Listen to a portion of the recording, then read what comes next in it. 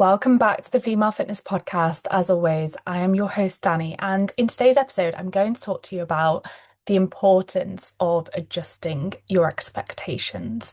And this podcast is going to apply to you whether you're on your own health and fitness journey or whether you're a coach running your own business.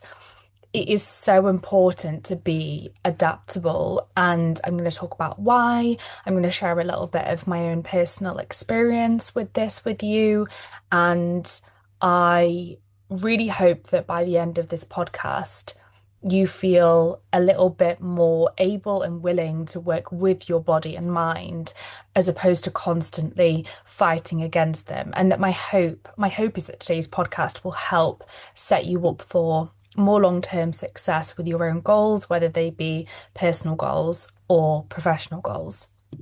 And this is something that I have had to learn over time through experience, through working with mentors that I trust. And it's something that has really been sort of solidified to me over time by putting this principle into practice. So, as a little example to start with, I personally don't drink very often. I do drink every now and again when I'm out with friends, but it's not something that I do regularly. It's more for special occasions. And when I do drink, I know to expect that I'm not going to be functioning as my very best self the next day. And this weekend just gone, on the Saturday night, I went out for a few drinks. Had a really lovely time, also had some pizza, which was delicious. We went to Rudy's in Altrincham, for anyone who knows of it, and I love Rudy's. It's so lovely. Had a really nice time, had a few glasses of wine. But then I also stayed at my friend Lauren's house. And Lauren is a really, really good friend of mine. She has a dog called Indy. Indy is also one of my best friends. I know that sounds really weird because she's a dog, but I love her to bits. And she also loves me. And that night, the Saturday night that I stayed at Lauren's, Indy was sick. I was staying downstairs on the sofa. And so Indy woke me up whenever she needed to go outside, which happened to be pretty much every hour of the night. So I was up the majority of the night. I didn't sleep well at all. I got very minimal sleep, on top of having had a lot more drink than I usually do. And so, understandably, by Sunday morning, I woke up and I actually felt okay. I was like, oh, maybe I've got away with this. But as per usual, in the afternoon, it all hit me. I felt tired. My mood was really low. I was irritable and I was just good to nobody and nothing. So rather than I originally thought I might go on a run on Sunday afternoon, but that was absolutely not happening. If I'd have tried to go on a run, the run wouldn't have been productive. I wouldn't have performed well. I would have got frustrated. I might have even got a bit ill off the back of it because obviously we know that alcohol suppresses our immune function. Sleep also suppresses our immune function. So if I was to try and just push through and train or work the next day, it'd have probably done me more harm than good. And rather than me actually feeling pretty fresh today, it's Monday after that weekend, I would have probably felt a little bit battered and the day would have been unproductive. So it would have just prolonged the negative effects of the lack of sleep and the alcohol. What I did instead was I adapted my expectations, the topic of today's podcast. And instead of trying to work through it or trying to go for a run or trying to train, I just went for a nice, steady walk, got some fresh air. I had a nap. I read my book. I rehydrated, which I took some electrolytes to help with that rehydration because I had alcohol the day before, and I ate some good, nourishing food that I knew would contribute to me feeling better, would support my health, and wouldn't make me feel groggy and sluggish the next day. And that meant that, like I said, I woke up feeling okay this morning. I was able to get a really good leg session in. I've been really productive with work. I've shown up as a really good version of myself for my clients. Whereas if I'd have tried to push through, that really wouldn't have been the case. And it's so important to recognize that your capacity for work, your capacity for training, your capacity for being social, for just functioning well as a human being is going to change based on your conditions. And your conditions can be things like your sleep, your diet, your alcohol consumption, your hormones, where you're at in your menstrual cycle, your, life stresses that might be coming up in your personal life or your professional life. And it's so important to be able to adjust your expectations of yourself in line with that if you want to avoid getting frustrated with yourself, if you want to avoid getting ill, getting injured, or getting burnt out, or just falling out of love with the process of working to achieve whatever goal you're striving for. You will not see long-term success with your goals until you learn to be adaptable, until you learn to actually meet yourself where you're at and work with your mind and with your body rather than constantly fighting against them and trying to sort of apply this force every single day. Because if you do that, you will, like I said, get to a point where you either get ill or injured if it's, say, your own health and fitness goal, or you might fall out of love with the process, or you might get burnt out personally or professionally.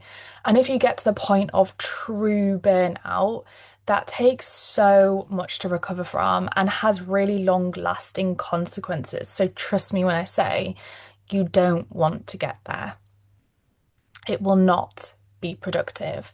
So, although sometimes we can have this sort of like idea of productivity in our heads where we just, get shit done every day and we have to push through the hard times, that's appropriate, yes, but there's also a time and a place to allow ourselves to rest, whether that be cognitively or physically.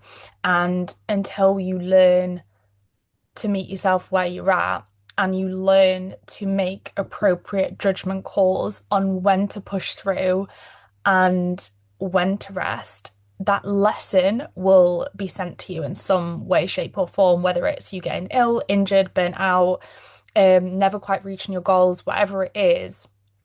You will be stopped from getting where you want to be until you learn that lesson to really listen to your body and mind and to learn when it's appropriate to pull back that little bit to allow you to continue to move forwards. And sometimes I like to phrase, on the days where you have to rest from training because you're ill or you're injured, or the days where, like Sunday, where I had to make sure that I wasn't doing any work, I wasn't trying to push through and train because I knew that it would only prolong those negative effects of lack of sleep and alcohol. I like to view those sort of like rest days, those downtime days, as a step at maintenance that allows us to continue to move forwards towards our goals, as opposed to seeing them as a step back. And that kind of rephrasing it in that way and challenging my perspective in that way has really helped me wrap my head around those rest days being productive as opposed to feeling like a failure when I have to take them. And obviously, there's more deep-rooted work that had to come alongside that for that lesson to really sink in. However, that reframe of this is a step at maintenance, this rest day is maintenance, it's not, but I'm not going backwards. There's no progress being reversed here. It's actually a very productive step of maintenance that's going to allow me to move forwards. Whereas if I was to try and kind of grind harder my way through this day and force myself to behave in a way that I would on my high capacity days, my high performance days, I would end up doing more harm than good, and I wouldn't function at my potential for a longer period of time. And that is way more harmful than taking one day as a rest day. So that's how I like to view it. And I hope that that reframe or that rephrasing helps you as well. Maybe you could say that to yourself on those days where you have to rest. This is a day of maintenance that's going to allow me to move forwards. And maybe even make a list of all of the reasons why that downtime, that day of rest, is going to support your goals. Because that can sometimes help just writing things out on paper and seeing it in front of you and reinforcing that to yourself. These techniques, as I mentioned, alone often aren't enough, but they are still helpful alongside doing some deeper work sometimes on working with your relationship with rest, your relationship with training, your relationship with work, your beliefs on productivity, for example.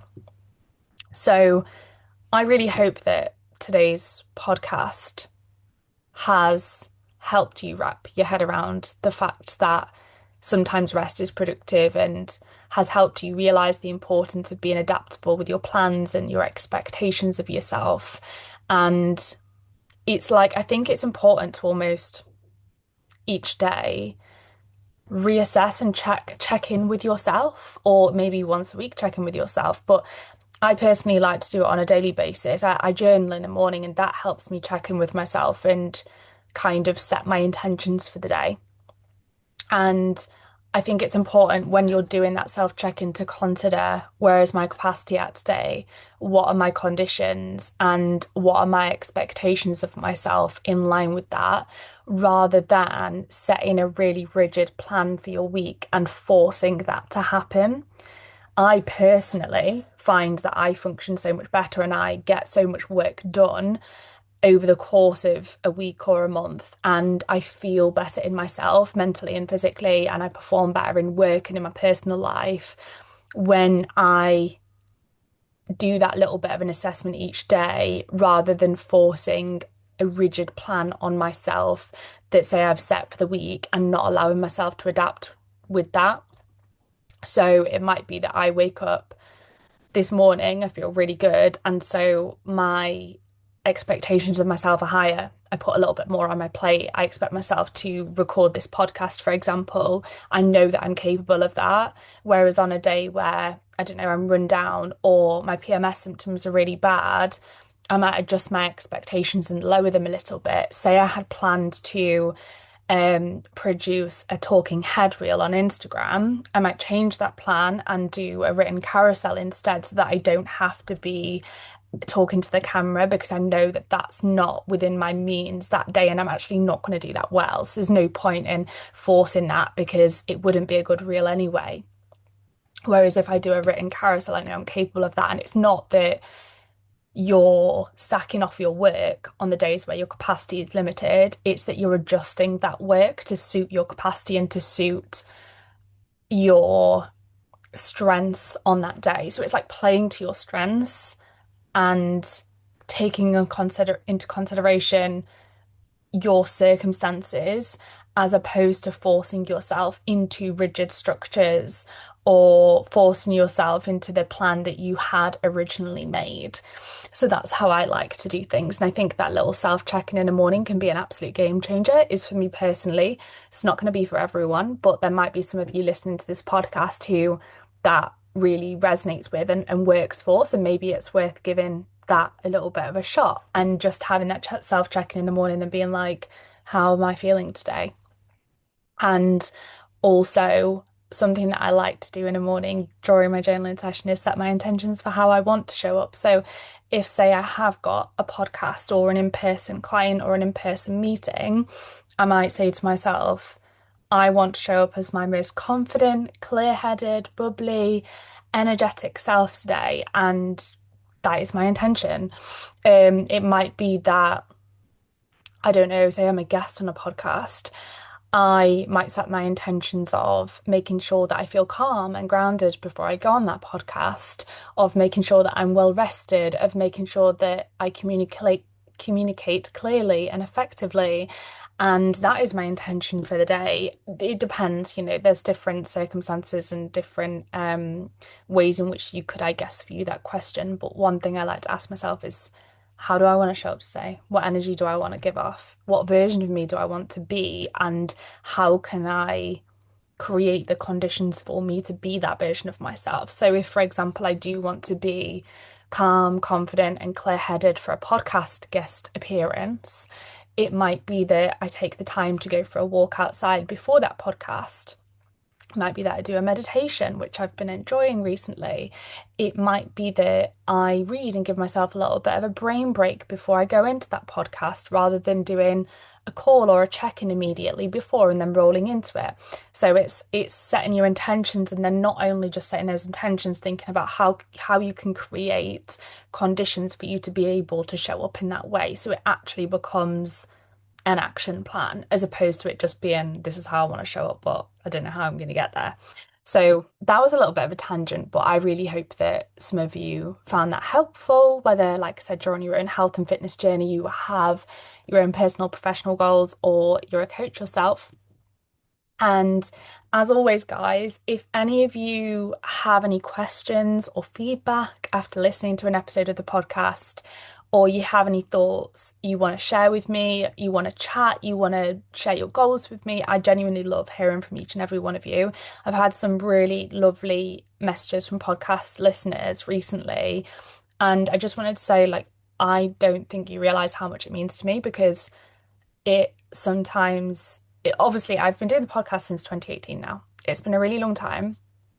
Some of the old episodes no longer exist because I have different values to what I did then, and they were no longer in line with the person and the coach that I am now because I've evolved, and that's a good thing when you care about personal and professional development.